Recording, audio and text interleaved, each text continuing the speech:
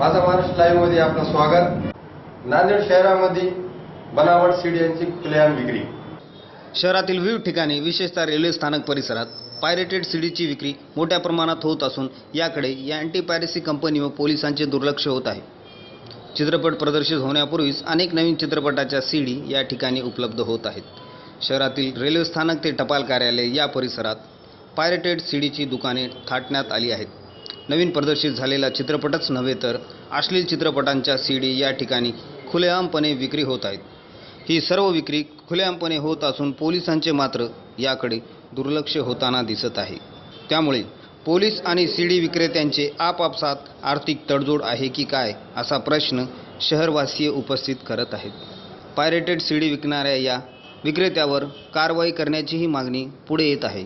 आजचं बातमीपत्र संपलं। पुन्हा भेटू। नमस्कार।